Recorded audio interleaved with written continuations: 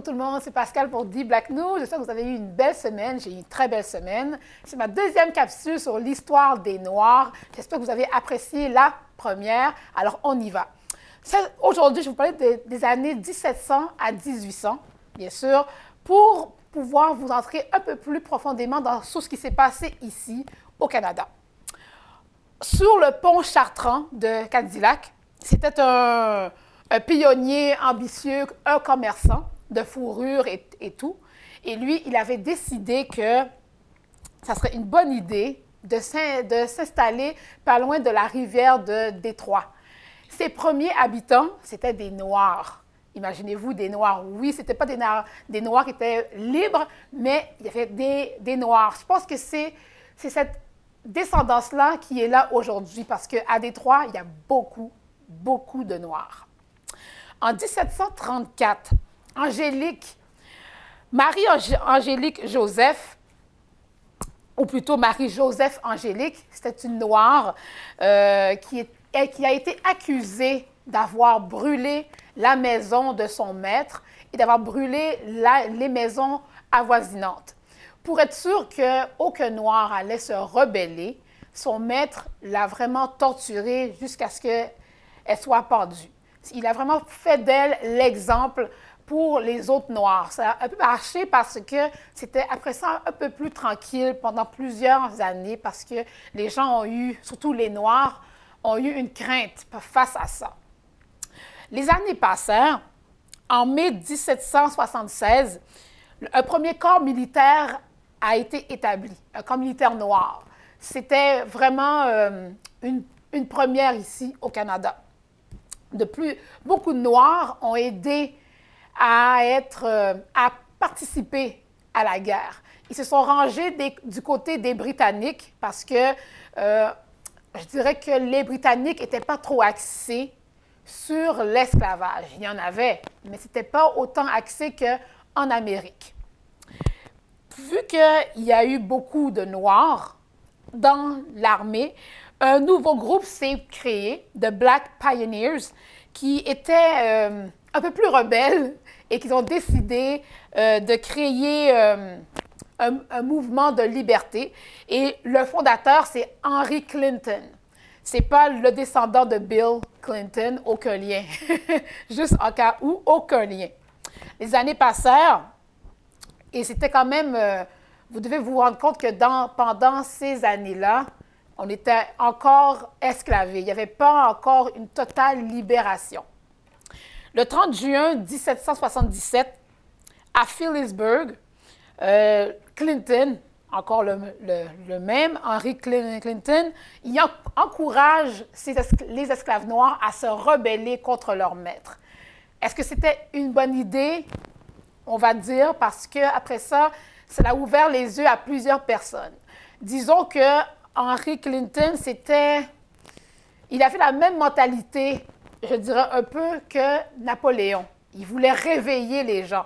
Et c'est ce que un gouvernement déteste quelqu'un de trop intelligent, parce que ça va réveiller le peuple. Et c'est ce que lui, il voulait faire avec les Noirs. Il voulait les réveiller pour leur montrer que ce que vous vivez, ce n'est pas normal. Rebellez-vous. Ensuite, le 27 et 26 juillet 1784, il y a eu une première émeute. Bien sûr, ça c'est plusieurs années après que Henry Clinton a décidé de dire, bon, OK, rebellez-vous.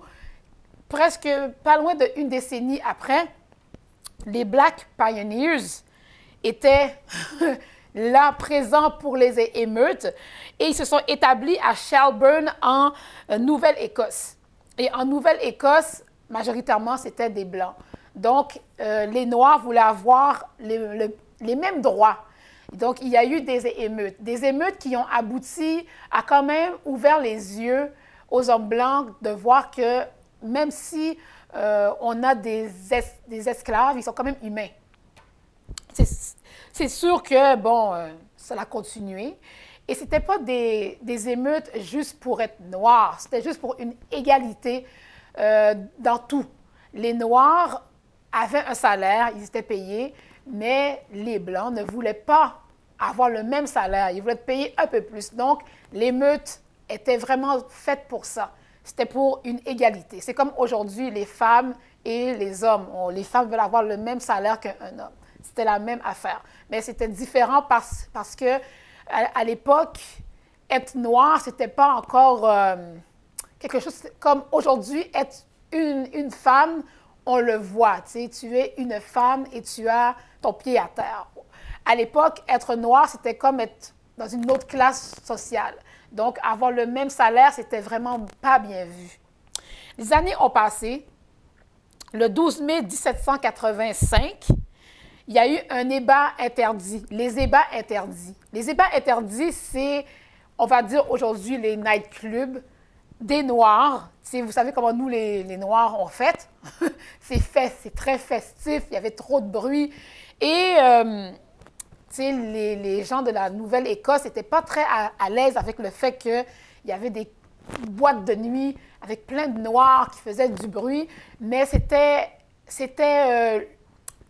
une des premières choses qui s'est passée au niveau culturel pour les Noirs. Ces boîtes de nuit-là servaient beaucoup à s'exprimer, à pouvoir danser, vu que c'était quand même limité à l'extérieur. Donc, à l'intérieur, une boîte de nuit, ce qu'on appelait les débats, c'était fait pour ça, danser, avoir du plaisir.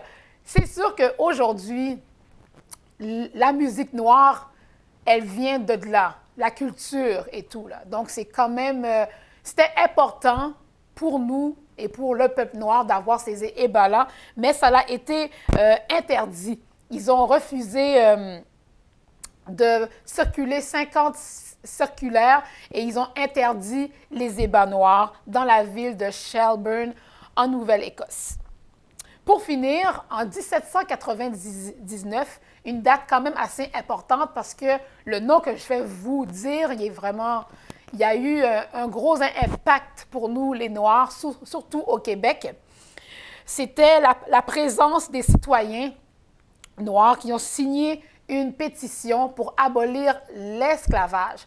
Et la tête haute de ce mouvement-là, c'était Joseph Papineau, le père de Louis-Joseph Papineau, qui était un des premiers, je dirais, à vouloir abolir l'esclavage. Il voulait que tout le monde soit sur le même pied d'égalité. Bien sûr, c'est sûr qu'il s'est fait quelques ennemis, mais ça l'a servi parce qu'il s'est donné une réputation positive.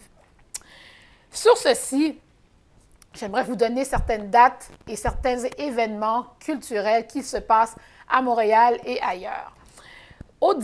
Pour ceux qui aiment vraiment les discours et qui veulent juste écouter des grands philosophes, des médecins et des psychologues parler de la culture noire, vous pouvez vous rendre à l'Université de McGill le 16 février. Il y aura un Discourse on Race, ça s'appelle. C'est une soirée d'intellectuels. Entre autres, il va y avoir Ta-Nehisi Coates. C'est un professeur de Athletics, Dr. Charming Nelson de McGill et plusieurs autres qui vont vous parler du mouvement de l'histoire noire. C'est vraiment une soirée d'intellect si vous êtes plus quelqu'un qui veut aller en profondeur dans la culture noire. Pour ceux qui aiment beaucoup les poèmes et les soirées poètes, parce que c'est deux choses différentes, de lire un poème et de voir quelqu'un exprimer un poème et performer un poème, vous pouvez aller voir Still I Rise at the Universal Negro Improvement Association. Still I Rise, c'est de Maya Angelou, pour ceux qui la connaissent. Elle est décédée l'année passée, une grande pionnière de la culture noire, et c'est présenté par The Black Theatre Workshop. Allez-y, ça va être vraiment, je vous souhaite vraiment d'aller voir ça. C'est au 2741 Notre-Dame Street Ouest à 18h et c'est gratuit. Alors, je vous souhaite vraiment d'y aller et de découvrir la culture et l'histoire de Maya Angelou. Par la suite, à la Cinémathèque québécoise, L'autre femme, Anne Blackburn, un film de Patrick Young-Folks mettant en vedette Monique. Pour ceux qui ne savent pas qui elle est, c'est celle qui a gagné un Oscar pour son rôle dans le film Precious. Et il y a Isaiah Washington. C'est mardi à la Cinémathèque le 17 février à 19 h au coût de 10 $. Pour ceux qui aiment quelque chose de plus cru, je dirais, les 3 films que je vais vous nommer, c'est pas fait pour ceux qui ont, je dirais, 13 ans et moins. C'est assez cru. Youth Motion présente American Violet au 852 rue Saint-Martin. Vendredi, le 20 février, c'est gratuit à 16 h. Par la suite, au Centre culturel de la Perle retrouvée, il y a les fiancés du séisme. Pour ceux qui veulent en savoir plus sur ce qui s'est passé en Haïti, c'est un film... c'est pas un film, c'est un documentaire. C'est 2 choses différentes. C'est un documentaire présenté par l'Émile Visage et c'est présenté par Nadine Alcindor, celle qui anime Météo Média. Allez voir ça. C'est au coût de 20 $ le 21 février à 18 h. One Out in the Night, c'est un film de lesbienne à New York. C'est très cru. J'ai vu 2 extraits et je vous suggère vraiment d'aller le voir. C'est faut être open mind pour aller voir ça. C'est vendredi le 20 février à 19 h au cinéma du Parc. Pour le théâtre, je vous conseille vraiment d'aller voir La fille de l'esclave le 21 février à 18 h au 66-4 rue Saint-André à Laval au montant de 20 $. Ce sera tout pour aujourd'hui. J'espère que vous avez apprécié. Et pour ceux qui ont besoin d'aller en dehors de Montréal pour voir d'autres activités, à Gatineau, Boucard Diouf sera présent le 19 février à la salle Odyssée au boulevard de la Gap. Si vous voulez y aller, c'est au prix de 38 $ pour ceux qui ont la carte. Alors, je vous souhaite une belle soirée. Revenez-nous la semaine prochaine pour une autre capsule de l'Histoire des Noirs. Bye bye!